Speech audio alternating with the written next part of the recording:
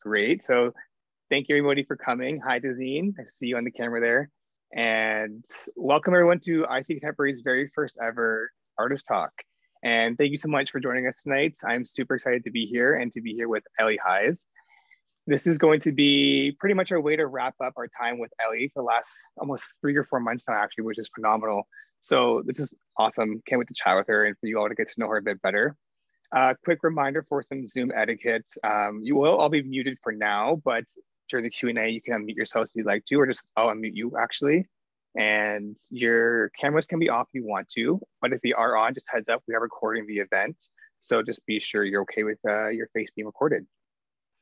And before we really dive into things tonight, 1 second here. I'm gonna fix this here. So here at IC Contemporary, we do want to actually acknowledge that the land in which we operate on is the traditional territory of many nations, including the Mississauga, the Credit, the Anishinaabe, the Chippewa, the Haudenosaunee, and the Wendat peoples, and it's now home to many diverse First Nation, Inuit, and Métis peoples. Alongside me today, we have some visitors from Medicine Hat. So I'd also like to acknowledge that they are situated on the Treaty 7 and Treaty 4 territory, traditional islands of the Siksika, the Kainai, the Kainai, Stoney Nakoda, and Tsuut'ina, including the Cree, Sioux, and the Saulteaux bands of the Ojibwa peoples. As an online gallery space, the patrons and visitors of IC Contemporary come from many places. So in this virtual environment, it is important to recognize that even though we come from many different backgrounds and communities, we are connected through traditions, values, and history of our ancestors. I'd like to honor and acknowledge that tonight's event would not take place without our settling on the land that has occupied, that has been and continues to be cared for by Indigenous people. If you'd like to acknowledge the land in which you occupy this evening, please feel free to do so in the chat. No pressure, but I'd love to see where everyone is. And alongside that, we are collecting donations for the Miwazin Friendship Center. For everyone who has attended tonight, huge thank you. We've actually already raised about $80, which is phenomenal. So huge thank you. I can't be thankful enough. And as we hop into this event tonight, some of you may not have actually seen the show before. So I want to show you a quick trailer of the show, which is accompanied by some amazing music, original soundscape by Matthew Davies. So enjoy this very quick clip.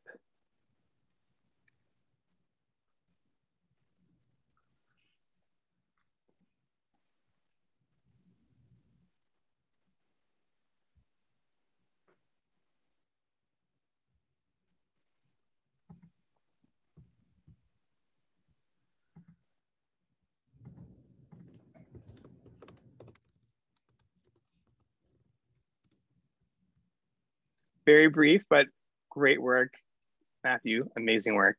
And for those of you who aren't familiar, Elly Heise is here tonight. Really excited again to be here with her. For those who don't know, so Elly Heise is a first-generation Canadian artist with Norwegian and German heritage. Elly attended the Emily Carr University of Art and Design in Vancouver, where she earned her Bachelor of Fine Arts with a major in photography. In the spring of 2020, she graduated with her Master of Fine Arts from the University of Victoria. And while continuing to actively practice and exhibit, she has also recently completed residencies in Switzerland and Portugal. More recently, Elly actually was chosen amongst many applicants from the University of Victoria to be one of the MFA graduates to exhibit at the Legacy Gallery. And she will be participating in an upcoming exhibition at the Exchanges Gallery in June. So quick round of applause for Elly Heise. Thank you. Super happy to be here, Elly. Thank you so much for having me, Ignazio, and thank you for that introduction. Of course. So as we're going through this tonight, I'm just going to ask a series of questions. Everyone who's listening, feel free to drop some questions in the chat, and if not, you can just listen and watch. But we'll kind of just dive right into this. And we're going to start with the first room here, which is known as your work for Paradise Island. And this series of work is actually what got you on my radar, Elly. Like, I saw these pieces and I love the look, I love the atmosphere. And I just wanted to give you a chance to talk about this series in particular. And I'm curious to know a bit more, like, what brought you to this space? How did you think of these ideas? How did you get to this medium? So first, I guess I'll talk a little bit about how I got to making this show. I mean, first I was kind of working with memory, which we'll talk a little bit later with the other parts of the show. But getting into making this exhibition, Paradise Island, I was thinking a lot about how we kind of have this fluctuating relationship with ourselves and with spaces, where I kind of feel like I'm immersed and estranged simultaneously as I go about in these spaces. And I find that with the pandemic as well, that's heightened more. Like we all experience it to varying degrees, but I think with the pandemic, it's become even more relevant. You know, we spend time in our mental space, like in our head space, and we spend time in these physical spaces. And the bubble figures kind of reflect that. They're like a literal visualization of that. So yeah, that's part of it. And then what was the other part of your question? Just learning more about like what the like how you got to making this actual work itself. Like what drew you into this look of the work? I know you work in photography quite a bit, but like what gave you the idea to turn, like I know you just mentioned the idea of like what the bubbles mean, but how did that come to you? How did you make these bubbles? Like how did you put them on people? What's that process like for you?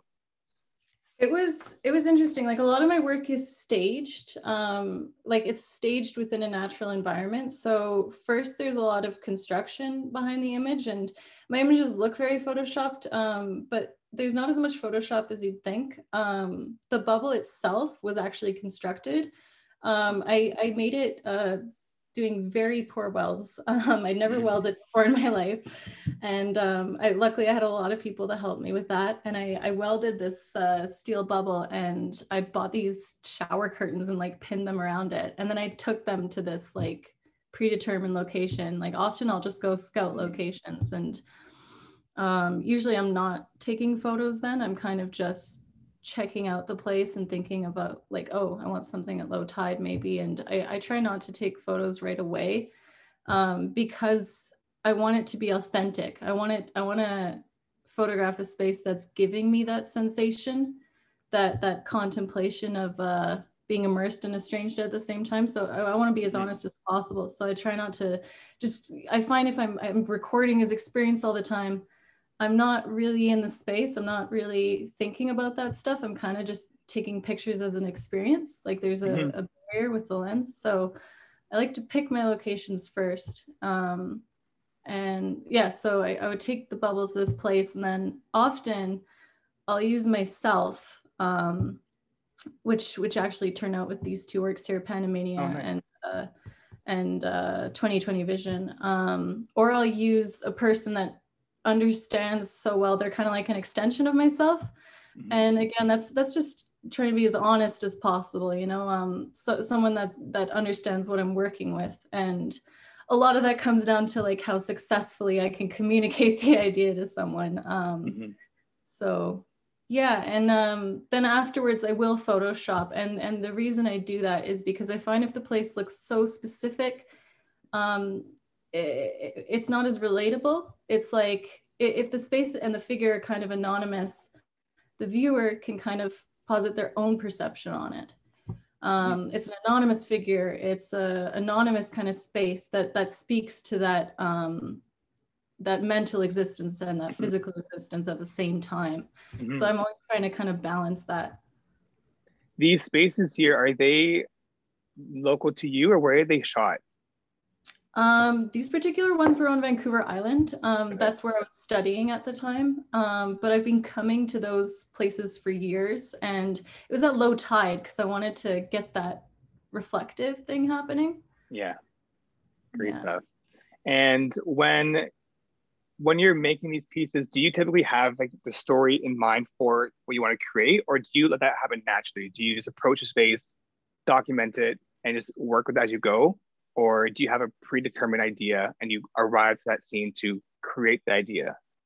Yeah, it's predetermined usually. Yeah, there's a lot of, and to a point, I mean, when I saw these spaces at low tide, they kind of put the image in my head, if that makes sense. So I would have a preconceived image that I wanted to take, like, for example, 2020 Vision. I wanted this figure that was purposely walking through this space that looked kind of ambiguous, was mental and physical. And I wanted that reflection to show that dual kind of existence where you're both estranged and immersed at the same time. So this figure very clearly just kind of walked into my head. And I love that. so yeah. That's great. And when I'm looking at these ones here, I was blown away. This one I saw later on, actually, during a residency, Homebound. This Yeah. piece like just took me away, and the installation of the work itself just adds to the experience of the work. And I was wondering, have you ever worked with site-specific installations before? Is it your first time installing your prints in an actual space like this in the public space? This was my first time, and I hope it's not the Amazing. last. Like Yeah. it really inspired me to want to do that more. And I have to give props to the installation team for this show. Mm-hmm. It's Versaska Photo Festival in Switzerland, Mm-hmm. and the installation team did such an amazing job of lining up the elements, the background elements. You can see it with a few of the trees in the photo Mm-hmm. here. You can see it at certain angles. So the viewer positions themselves in a certain way. It looks like it creates this confusion of depth because it looks like it could be a figure actually walking in the forest. And I loved, because to me that really spoke to that idea of self-awareness in space. So I just loved the way they did that. And they printed it on this see-through vinyl and took care of it all for me. It was I can't take credit for this amazing job they did. No, But it's it definitely really gorgeous. pushed me. Yeah, like, and I love the idea of doing this outdoor exhibit too. You know, with the pandemic and everything, this allowed for people Of to course. come and actually experience an art show, like people that otherwise would not feel comfortable like going into a gallery or something. And Mm-hmm. I think that's something that you're doing a lot with too, making these virtual galleries. Is giving access to the viewer. Because I think that's something as artists or creators we should be asking, like what can we do for the viewer? How can Of we course. invite them in? And I think just these new ways of showing are just wonderful because they're thinking about that. Yeah, and pushing the boundaries and just making it more accessible, which is like the biggest goal or takeaway. And Mhm. so about this work here too, could you just explain to everyone here in case they missed seeing online, but like talk about like what you wanted to achieve like with this piece? So you mentioned the idea of COVID and such as well during all this, but like what was the intention behind this one in particular? It's a walking figure very similar to 2020 vision. So how does this differ from that one, or how is it similar to that one as well? Because they both have that 2020 kind of calling. Yeah, I think they're both talking about that self-awareness in relation to like mental and natural spaces, but this one kind of takes it further because it's an installation that you actually experience. And it's kind of similar to, I guess we'll talk about it a bit later, the Decisive Traces install, because it brings the viewer, it makes the viewer move around, and it doesn't make them, but you want to move around it. At least that's what I find. And you can discover like these new relationships with the artwork and with the environment. And I think that just reflects us trying to find our own relationships with photography and with the environment, because photography has become this mode of existence. So I like the idea of providing a space that incorporates, photography, natural environments, sometimes memories, and just allowing the viewer to figure out where they fit in all of this. And with Homebound, that moving around the artwork, I think, kind of allows for that. Mm-hmm. For sure. And that was definitely something I tried to recreate as well for the virtual exhibit, allowing people to walk into that space and move around, because I feel like being in this forest would be such an experience. So just the idea of being able to walk around a piece, it's like a sculpture now. It is really, it's an installation piece, but that just brings so much more immersion to the actual space. And was this forest like quite removed, or was it local? It feels like it's secluded, but how close is it to people? It's interesting because it's kind of both. So Versasca Valley, it's in the Italian region of Switzerland, and they have these sort of villages dotted up throughout the valley and a river running through the mountains. And this is quite a bit in. The nearest village is called Sonogno, and it's got just these beautiful old buildings and everything. But then you cross the bridge, and there's all these hikes and this path and there's a park as well. And this path that you walk through that you can take can lead to this big waterfall where they had a solo artist do a show there as well. And then they had the group show, which I was in. And as you walked along the path, you could see the artworks dotted throughout this hike. So it's in nature, but there's also a cafe 20 minutes away. Like it's so you kind of have both experience. A lot of people come out in the summertime just for this festival. Yeah. And I'm just checking the chat at the same time. Abby, I'm going to get to your question soon. But a Perva wrote that this piece reminds me of a fairy tale, so whimsical. The word whimsical, like for me, like encapsulates most of your work too. Like this piece feels like this folklore story kind of coming to life. So love that is being resonated with other people, because that's the feeling I get, and I love this piece like to death. But while you're just mentioning the idea too about memory, we're gonna hop over to your next series here, which is for Mind Shots. And for those who aren't familiar, we just started to show some of these pieces on our Instagram as well. But this piece coincides with her other series, Kin. And I'm not gonna take a bit of spotlight here. I'll let Elly explain the work a bit more to you all. But once you explain the work to us, Elly, I'd like to know a bit more about like how you got to this series. Because I feel working with family archives to the point of what you've done here, where you've created new family archives, like you created like this photo book of new memories. So I'm curious to know, like when you conjured up this whole series, what drew you to the archives? How do you even think about finding them and then changing them? So kind of how it all started. So it kind of happened, it was a happy accident. Well, sort of, actually, it wasn't that happy. My grandparents actually passed away and I inherited archives. But something, you know, I really like that something came from it. Yeah, it was, I inherited all these archives and I said I'll scan them for the family, and which was really interesting because my grandparents were very private sort of people. So there was a lot of photos that we just had never seen before. And I'm really inspired by this neurologist, Oliver Sacks. And what he says is the need for memory is a need for identity. And I found, because I didn't know a lot of the narratives that were happening in these photos, that I was creating my own false memories to meet that need for identity, to get that sort of those roots, that grounding. So I wanted to just like enact my imagination and just allow it to, I completely gave way to it just to make these works. And I found that was just kind of the most honest way I could do it, was through my own archives, because then I was fictionalizing these memories. If I did it with someone else's archives, I wouldn't know that they weren't my family archives. And then I wouldn't be able to do that honest, imaginative reading of them. So yeah. Great. And how did your family react to these newer pieces, these finalized reformations of their history? Some were very supportive. I can hear my dad, he's laughing in the background. Some were not so keen. Yeah, I don't know. Yeah, I had a particular relative that was not very happy and made me change the titles of some of the artworks because they were too personal. And yeah, you know, if she bought it, then it wouldn't be a problem. Exactly.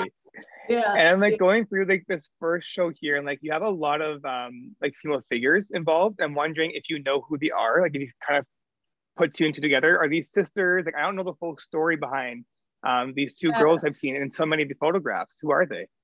Yeah, so some of them, like for instance, the one on the left that you're showing on the screen there, that's my grandmother with her sister, her younger sister. And then on the right, it's two of my aunts. Okay. So yeah, like I know some of them, but I don't know all of them. And a lot of them, like they were very private, you know, or I just didn't get the chance to meet them. Yeah. So I like to invent those narratives. And I guess thinking about what Oliver Sacks was saying about that need for identity, I think we talked about this before. I picked these sort of slightly awkward looking females because that's me. So I was kind of drawn to those ones, right? Yeah. No, it's great. The one here on the left, actually, it has a bit more of a texture to it. And I remember you mentioning that this series in particular has a different process to make them come to life. Could you quickly explain what that process is, and what about it would you say is the most difficult part? Because I feel like this one on the left, again, you add another element that I didn't see in the other one. So I'm just curious to share that experience. Yeah, a lot of it, It's a lot like trying to put together a puzzle, kind of, where I have all these different photographs and I'm trying to put the figure. I was always saying to myself, this figure needs a home. And then I would just, it was so much trial and error where I would put it in a background and be like, that's not it. And then just try it again and again until I figured the figures were happy. Mm-hmm. And there was also this kind of digital painting. I think this green stuff, it's so funny you picked this photo because I forgot I actually made it. This green stuff is actually a wallpaper, and I sampled like a photo of a wallpaper from a 70s photo I found. And so I was like layering all these pieces of time together to try and make this one cohesive kind of image. Mm-hmm. Love it. I love the paint popping out, the gold popping out. It just, I wrote about this piece on our Instagram as well. And like the feeling that one piece evokes for me, like it's like a childhood memory. Like I was there. Those are my sisters or something, like you can see the beach vibe. So yeah, it really resonated with me, that piece. And then we're gonna, oh, go ahead. I just said that's wonderful. I'm so happy you had that experience with that.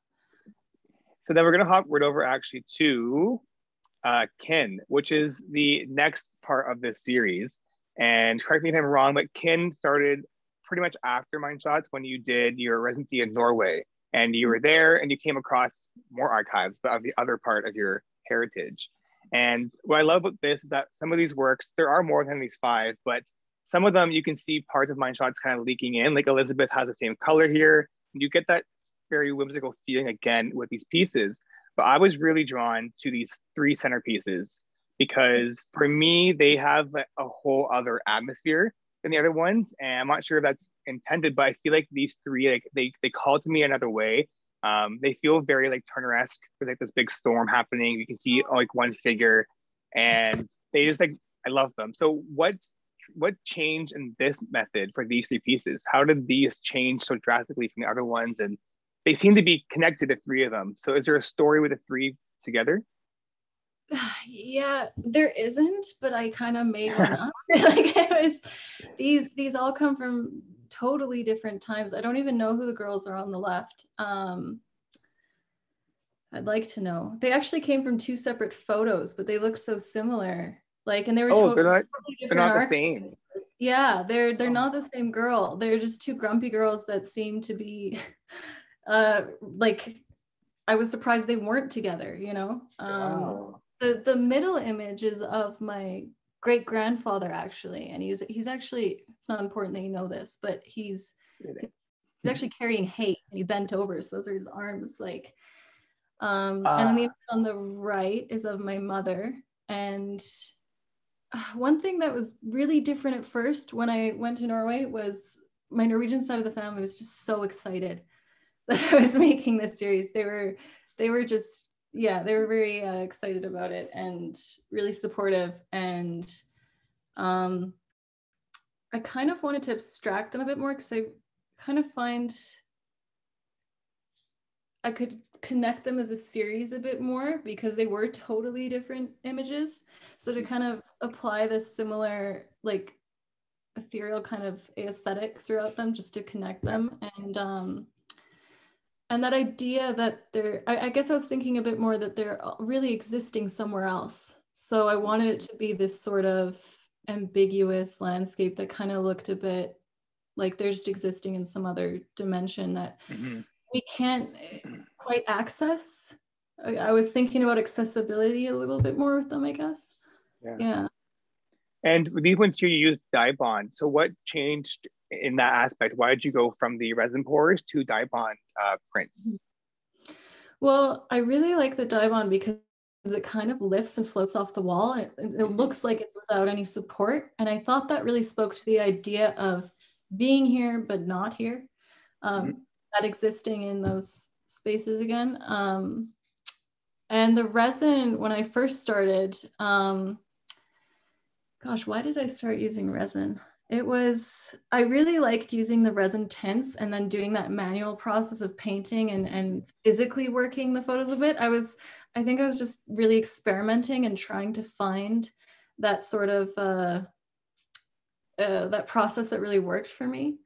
And with this series, I think I was more painting and then taking a photo of the painting and then photoshopping it onto the painting. And I actually, if you go to the, I don't know if you have a photo of the Elizabeth artwork, that was done, I trained with this Norwegian folk painter for a month before I went to my residency. And I wanted to employ that tradition of the Norwegian rosmaling, and that's what's done. That's her flower crown. That's the Norwegian folk painting. Because I thought it was kind of interesting being this person trying to meet that need for identity, like Sachs talks about, and doing these things that are in my roots, but that I didn't actually grow up doing. So then there was that kind of trying to access something again. So I thought that was kind of a nice parallel. Yeah, great. Now that also while we're here, you're another residency in Norway. So you've done quite a few of them. What would you say, like, just for any advice for any artists here, like, what is your biggest takeaway from doing residencies? Like in terms of making a series, like if you want to make, I think what's really important is just being as honest as possible with yourself. If you're really excited about something, other people are going to be excited about it. But if you're just making work to try and get that validation from someone else, or if you're trying to do something that you think someone else wants, it's probably not what they really want. It's in my experience, every time I've tried to make something that I'm trying to please someone else, it's never worked out. So I think just being as honest with yourself as possible, and being okay with doing that trial and error. What I love about how you put together this show, and I have to be honest, I was hesitant because it shows my process changed so much in the past few years. I had no idea you'd be able to make it so cohesive, and it helped me figure out what the heck I was doing with my process. That's great. Yeah, you did an amazing job bringing that all together and helping me understand as well what the common link was between all of them. So yeah, just be patient with yourself, and yeah. Great. And now between the two series, I'm gonna put in the spot a little bit, which one is like the most favorite fictional memory you've made between the two series? Oh gosh, man. It's hard because there's some images that you brought up that I forgot that I even made, and I'm so happy you did that because it reminds me. It's like, oh yeah, I've actually done something. I think my favorite, I love the one of Unto Dust. This image here. I think because it's abstract, you're not sure what it is, people can kind of posit their own ideas on it. And I like that. Like, I'm always surprised by what people interpreted it as. And I think it kind of shows that enactment of fictionalizing memories, like Sachs talks about, where people are making up their own narrative with it. And I really want that. I want people to be able to develop their own personal relationships with it. Love it. I want to quickly touch upon Subliminal. It's like the last set of work in the actual show. This part of the series, Between Suns, actually, I'll put that one in more focus real quick, is one of the second works, I'd say, or third by you that really that got me. Like, something about this atmosphere you created within this piece truly just caught my attention. And I'm going to speak for Matthew real quick. Also, this piece here really helped him kind of create the soundscape for the space. And I would love to know a bit more behind this piece in particular, where it was done, and I guess what kind of inspired this exact piece. I'm in love with this one. Yeah. First, I'll just talk about, if you don't mind, just the subliminal, because that. Yeah, of course. First time a word has kind of inspired a series for me. I think that's why it's so small. I'm really taking my time with this series. It's been going since 2013 until now, and it's still ongoing. And subliminal, I'm just going to read it so I get it right. Yeah, go for it. Subliminal can be understood as a mental process that subconsciously exists, a perception that is there without our being aware of it. And with this artwork, I kind of wanted to think about how these thoughts, these subconscious thoughts, shape and form us.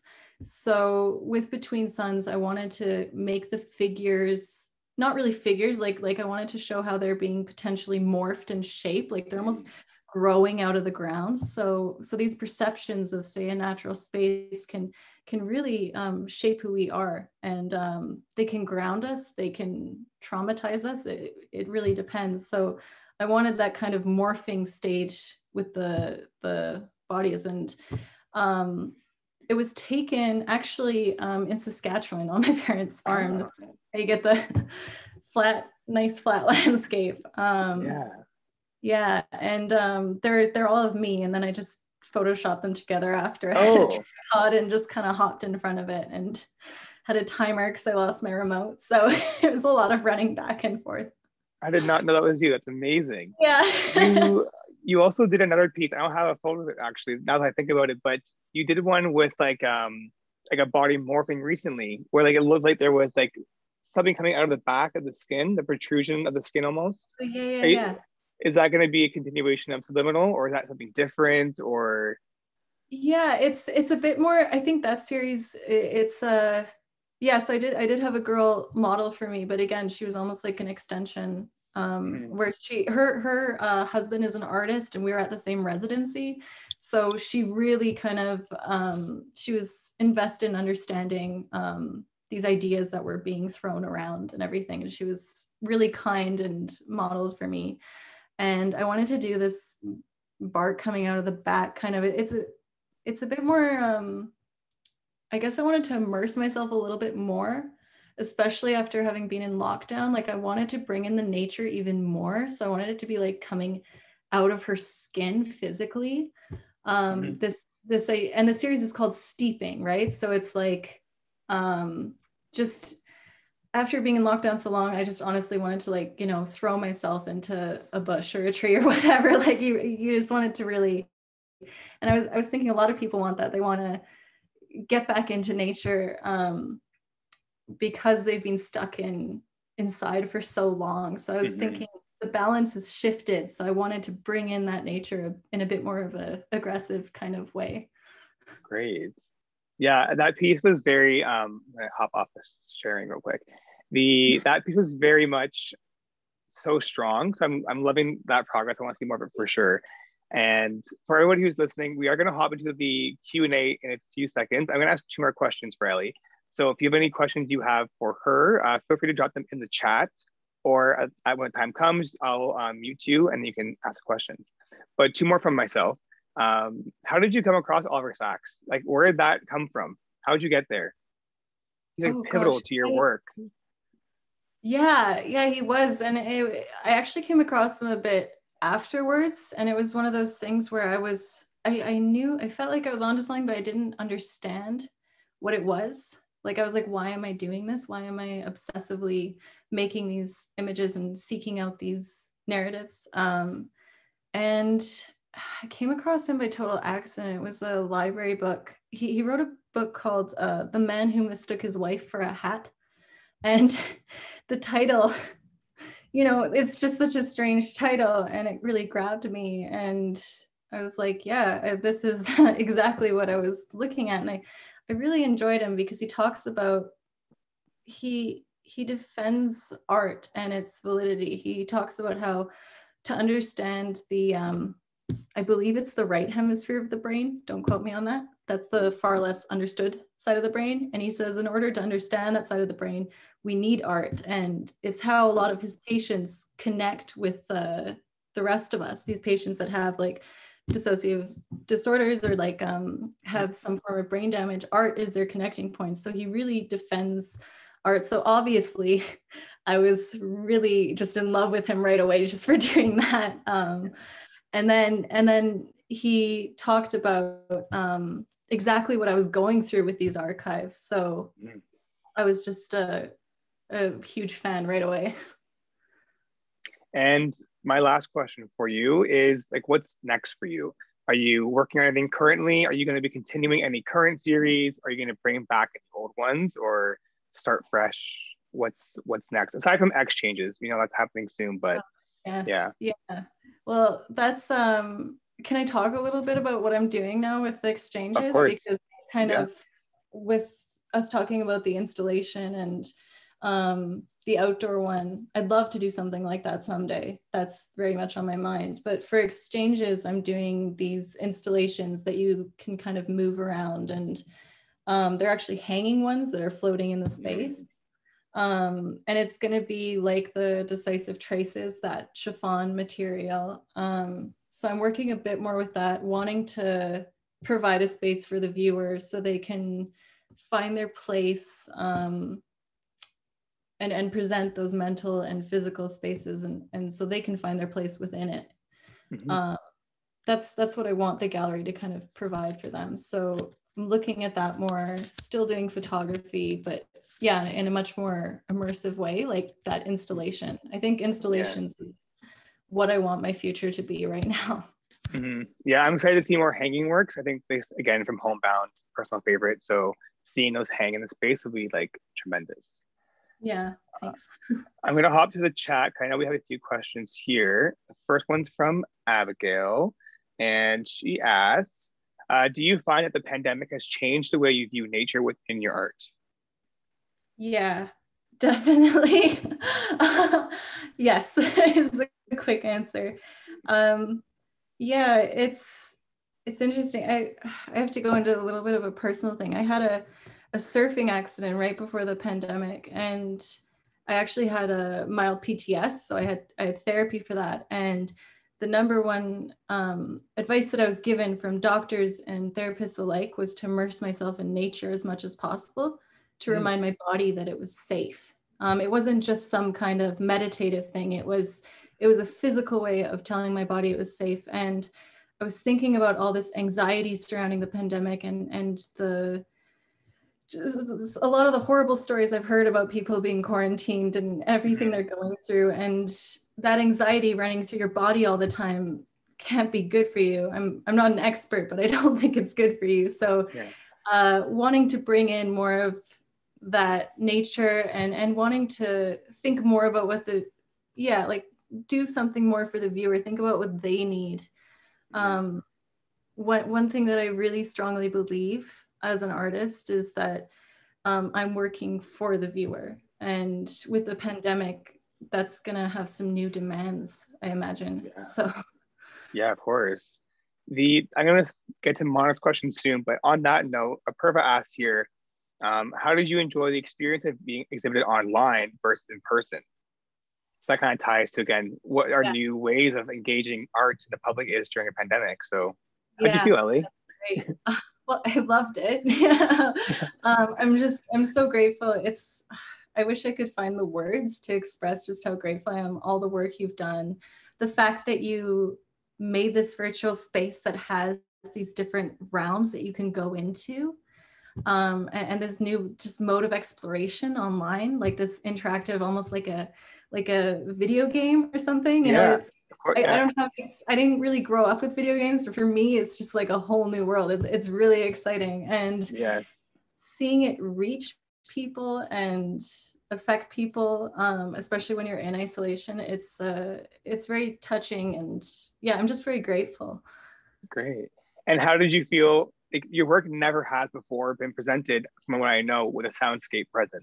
So now that it has that element added to it, and it was virtual, how did that shift for your practice? How do you feel about that being a part of your practice? I really want to get a grant where I can hire Matt as a sound artist. I really want that, because having that sound just changes everything. I don't know enough about it, but it made me want to include sound in everything, because then you're incorporating more of your senses, right? This idea of having these installations that have like Matt's soundscape going on, I love it, and I think it really added to this virtual show as well. I think you said something about soundscapes, and there was some kind of science behind.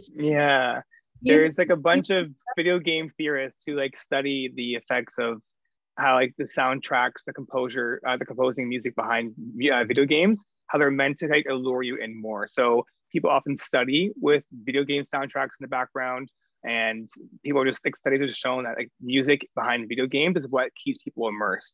So because we're working with a screen and we aren't physically in that space. We only have our visual sense to kind of kick in. And once you add an audio, it's like, going to the movies, or like even thinking of like Plato's cave allegory, like being in a space so dark and only focusing on the one thing. If you have sound, if you have visual, it becomes your world. So that's why it was so important for me to find sound to work with your pieces, because it just adds that whole other of immersion that I wanted to attain, because the idea of these spaces is to try our best to recreate a gallery experience. Yeah. And I think it effectively does that. With screen time, for me, like I'm so easily distracted with, different tabs, and I'll watch a video for 30 seconds and then that's too much and then I'll switch it. So having that music, I think really just holds the viewer, keeps them in the space, and for me makes me want to explore it more. Yeah. I'm gonna go back up to Monica's question. So for Elly, a few of the pieces you spoke to allude to themes around neurology and memory. Why do you think you are so drawn to these themes? I think it comes from, let's see why. Again, and I think a lot of Canadians have this experience. We all kind of have heritage from all over the place. It's one of the things that I love about Canada is this multicultural aspect. And for me, I guess seeking my roots was how it started. But then going into that neurology, I was just kind of trying to understand these drives that I was having when I was making work, trying to make sense of them, and then realizing their potential, wanting to fill in, the idea that you can make a false memory that's so real with all your senses, and then finding out through some kind of verification that's not real. And this is something that Sachs himself did, where he discovered through family stories and stuff that a memory he had that he could remember with all his senses was in fact fake. The fact that we can do that is scary, but in art, it can be really positive. You can use that memory imagination to make something that someone else can relate to. So I think I really wanted to understand it so I could connect with people more, connect with viewers more. It went from a selfish thing to a communication thing. Yeah. And in that sense too, like I know for myself, like there are dreams I've had where I mistake them for memories. So do you think you'll ever start working with dreams in your work, because it is such a huge part of the subconscious? Is that going to play any kind of role, you think, or are you kind of separated from the dream realm? Yeah, I mean, I guess it depends on, like, do you mean actual dreams or the kind of daydreaming? Because I think daydreaming is how I get these images popping into my head, when I'm in a space, when I'm scouting a location, and then the image pops into my head, the location, my perception of the location is kind of informing what I make. So through the daydream, I don't know if my dreams are probably too messed up.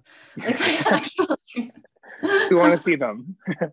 yeah. I don't know if that will give a very grounding experience for the viewer. Everyone's got different dreams. It's all good. Yeah. Abigail has another question for us. Let's see. How do you find that your relationship to your identity, specifically how you place yourself within your familial relationships, has changed since doing the series with your family's photos? Have you started to view anyone in a different way than you did before, or have you felt more connected to anyone? Yeah, I mean, I think they've helped me find grounding. I do feel more connected to discovering, like, especially on my German side, because I didn't know as much.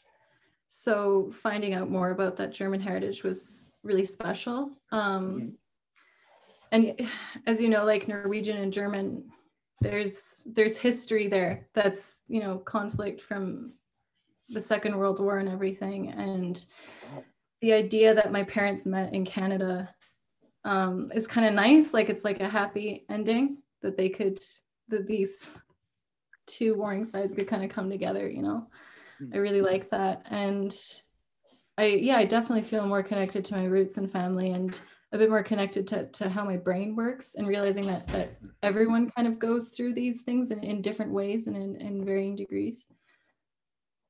And I'm going to add Mara's question here. She asks, on that note, how have your parents reacted to the virtual gallery? Oh, they love it. They love it. They love you. It's oh, yes.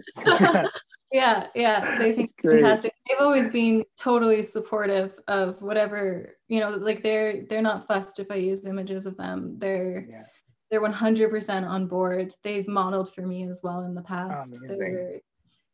They're very open. So Great. And yeah. Luigi has a question here. After having your work showcased through a digital exhibition, have you thought about how you can create new forms of work? Yeah, yeah. I mean, I would really like to work more with Ignazio in the future. That's that's definitely something I want to do. I'm also thinking about the necessity of online. Like I think that's almost just going to be a new normal. Even if we go back to everything being normal, I think it's almost going to be expected that we have some kind of online presence in a much stronger way than we did before the pandemic. Like I think digital galleries is going to kind of just become the standard as part of any physical exhibition that you have.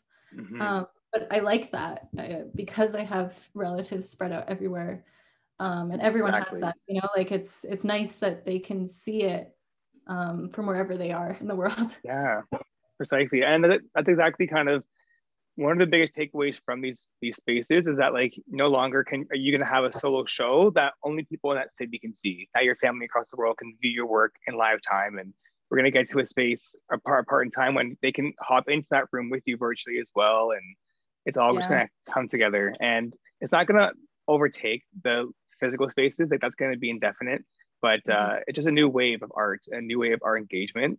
I'm super looking forward to it, loving it already. So yeah. yeah, yeah. And I think we just need to be. I think learning about this stuff has made me a little less scared of it. Like just recognizing its potential. And right now, like the technology is moving a lot faster than a lot of the research as to how it like affects us.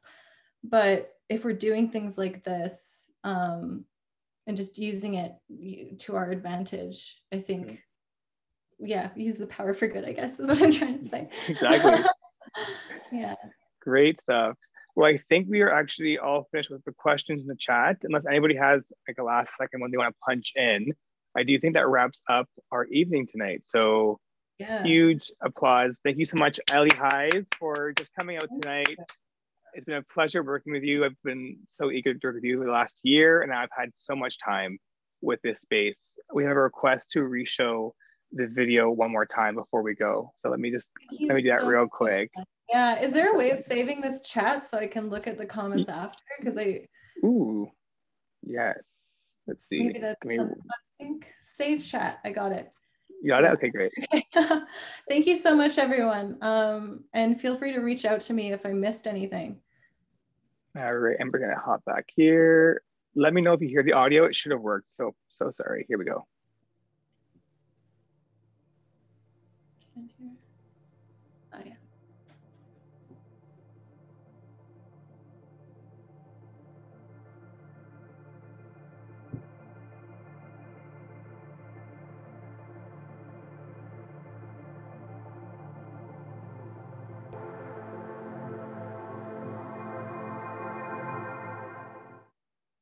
Amazing stuff. Wow. Fantastic. All right. Thank you all so much. It was a pleasure being here tonight and chatting. And be sure to stay in touch with Elly online through Instagram or through her website. And you can see more from IT Contemporary through our Instagram as well or our website. And we'll be sure to be hosting more events like this. So looking forward to seeing you all again and have a great night. Thank you. So much, everyone.